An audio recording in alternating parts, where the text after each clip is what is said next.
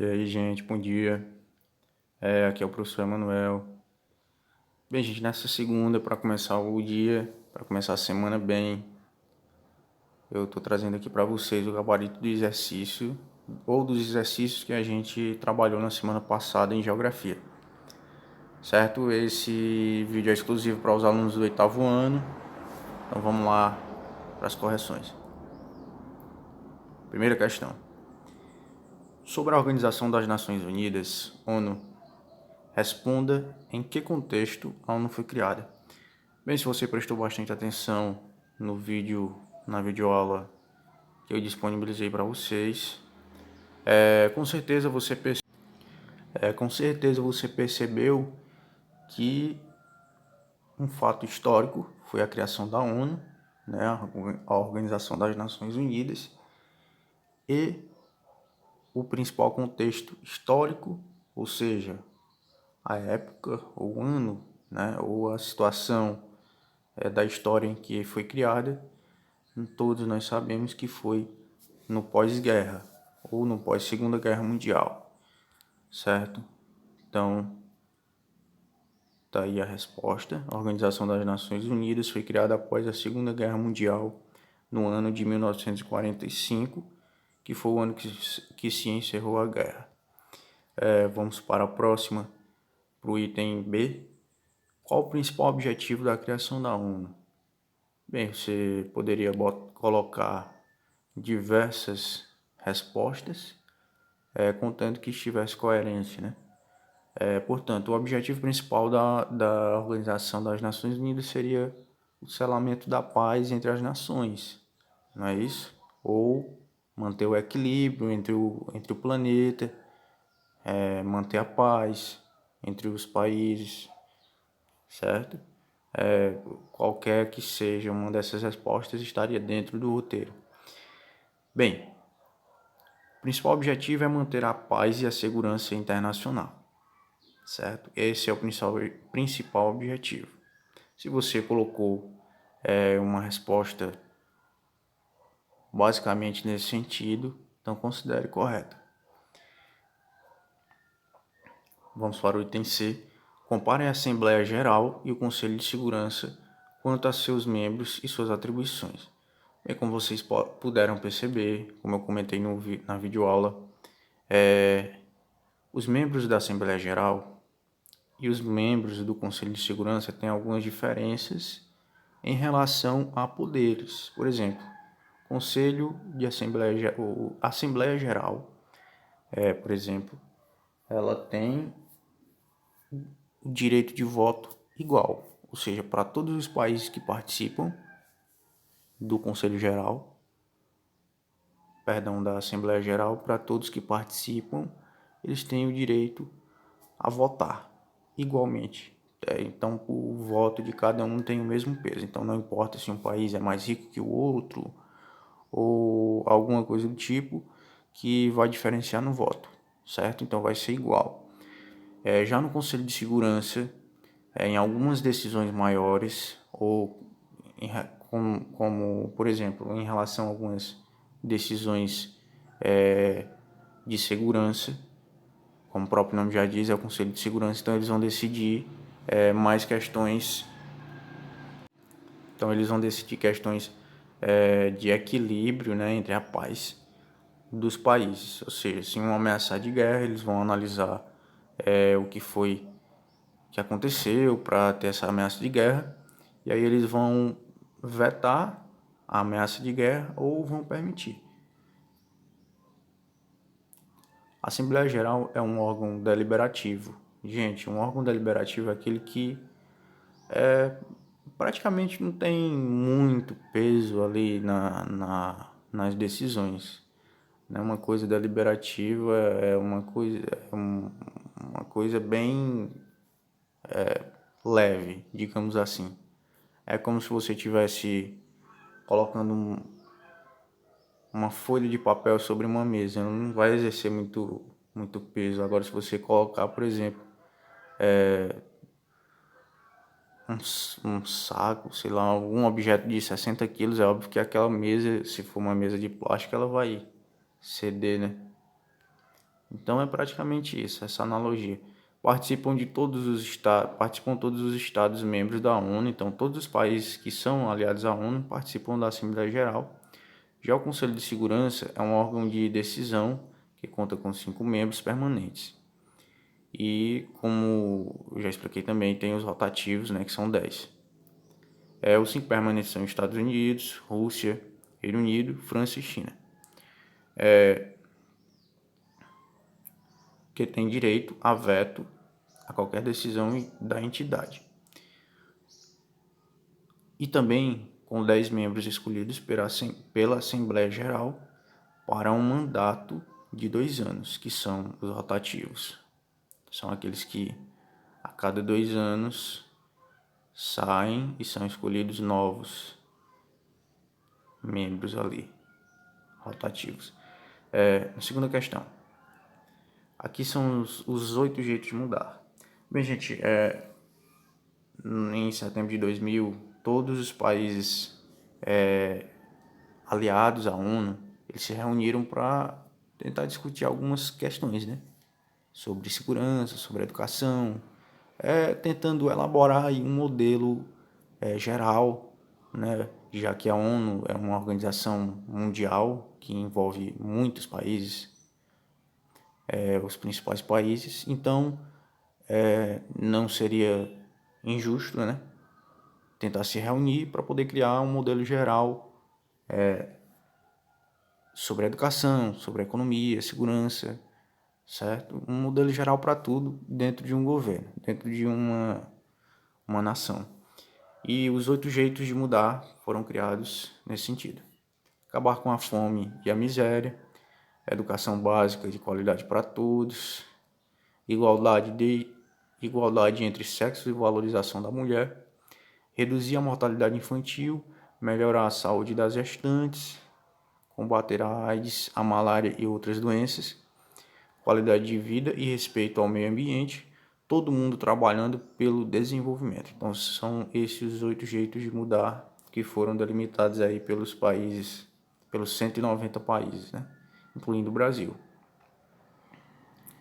E tem mais uma informação aqui importante. Essa reunião, esse evento foi chamado a Cúpula do Milênio, né? Porque esses 8 jeitos de mudar, eles foram realmente criados com um objetivo muito grande e que abrange uma questão mundial. Por que você acha que foram criados os 8 jeitos de mudar o mundo? Então, foram criados para auxiliar na erradicação dos problemas identificados pela cúpula, como o combate à fome e as diferentes doenças. Bem, gente, essa resposta ela é muito relativa. Você poderia ter colocado algo parecido com isso, com a resposta que está sendo apresentada agora, né? Ou você poderia escrever que esses 8 jeitos de mudar foram criados para uma melhoria mundial. Tudo que fosse nesse sentido, a sua alternativa estaria correta, seu item. Bem, a letra B eu não vou comentar porque é uma questão pessoal, então fica a critério de vocês. Leia o texto e responda as questões a seguir. Como praticamente vocês já leram, e eu também, então vamos só comentar sobre os itens. Bem, no item A, na sua opinião, qual a importância do projeto PAA África? Vamos voltar um pouco. Gente, a importância basicamente é a alimentação, não é? Porque nós sabemos que na África, o continente africano é um dos principais continentes afetados pela fome, certo? Então, inclusive na cúpula do milênio que a gente acabou de citar na questão anterior, uma das questões mais faladas sobre a fome, um dos países mais citados sobre a fome foi, como exemplo, os países africanos. A organização, a letra A a gente vai deixar para você porque é uma questão também pessoal, então Vamos para a letra B. Quais organizações mundiais estão envolvidas nesse projeto? As organizações mundiais envolvidas no projeto são as Organizações Unidas para a Alimentação e Agricultura e o Programa Mundial de Alimentos, além da parceria com os governos do Brasil e do Reino Unido. Então são essas as organizações envolvidas nesse projeto PLA. Vamos para a próxima. Quarta questão. Observe a charge a seguir. O Brasil no Conselho de Segurança da ONU. Você pode observar o Brasil enquanto os outros países, né? Aí representam uma diferença exorbitante na questão militar. O Brasil aí vem com praticamente mãos abanando, né? De mãos abanando. E, inclusive, gente, essa foi uma sátira criada na época, né? Que o Brasil estava nessa corrida para entrar no Conselho de Segurança da ONU. Então, ele tentava a todo instante, inclusive, vai ser tema da nossa questão, da nossa próxima questão. Descreva a cena apresentada na charge. A charge mostra tanques de guerra dos Estados Unidos, da Rússia, da China e da França, enfileirados, e entre eles um velocípede dirigido por uma criança que representa o Brasil, identificável pelo título da charge, o Brasil no Conselho de Segurança da ONU. Então, a charge está demonstrando ali o Brasil inferior aos outros países em relação, né, ao Conselho de Segurança. O que ele mostra sobre a pretensão brasileira de se tornar um membro permanente do Conselho de Segurança da ONU. Então você vê que mesmo com a disparidade, ou seja, com a diferença tão grande de recursos que o Brasil tem, ele tenta a todo custo entrar para o Conselho de Segurança. De maneira crítica, a charge coloca o Brasil em uma posição inferior aos membros permanentes, dando a entender que o país não estaria pronto para assumir essa posição. E realmente não estava, né, gente? Vamos combinar aqui. O Brasil realmente ele não tinha condições de entrar para a organização. Leia o artigo transcrito a seguir e responda as questões. Bem, esse artigo eu já li, vocês também já leram, então vamos passar para os itens. Gente, o texto ele fala sobre as expedições militares que algumas mulheres, né, praticaram ali no Haiti. E esses eventos militares eles foram basicamente comandados pela ONU. Então, na tentativa de ganhar um moral, né, digamos assim, com a Organização das Nações Unidas, então o Brasil mandou algumas mulheres como militares para servirem lá nessa região. O texto trata da participação e do cotidiano de militares brasileiras na Força de Paz da ONU no Haiti, comandada pelo Brasil. Então o Brasil mandou aí essa Força de Paz. Como era a vida das militares no Haiti? As condições eram bastante precárias, com diferentes restrições, e o trabalho era pesado. Para você ver como era a diferença, né, do Brasil para outros países, até na questão do tratamento era bem diferente. Que críticas podem ser feitas ao tratamento dado às mulheres no texto descrito? Gente, o texto ele fala bastante sobre desigualdade, né, de gênero, principalmente entre as mulheres e as crianças. Fala sobre a hierarquia familiar, né, que são questões muito tradicionais, mas que até hoje ainda estão bastante vivas, né, na nossa sociedade. Enfim, segundo o texto, as mulheres e as crianças são menos importantes do que os homens. Quando uma família tem pouca comida, o primeiro a comer é o pai e depois a mãe. O caçula é o último. Então, é importante a gente refletir sobre o protagonismo, ou seja, sobre a mulher na sociedade, sobre a mulher estar sendo o centro da sociedade atualmente, ou seja, ela tá assumindo ela passa a assumir um papel bem mais significativo na sociedade e deixando claro aí a importância, né, de tratar igualmente todas as pessoas, tanto as mulheres como as crianças, enfim. Bem, gente, essas duas questões são as questões que eu deixei disponíveis no vídeo, na videoaula de vocês. Então eu vou estar comentando um pouco sobre cada uma aqui. Analise as teorias de Friedrich Hatzel apresentadas na aula e realize um comentário sobre cada uma, separando-as por tópicos. Basicamente, o que você iria fazer na primeira questão seria separar as 3 teorias que eu citei no vídeo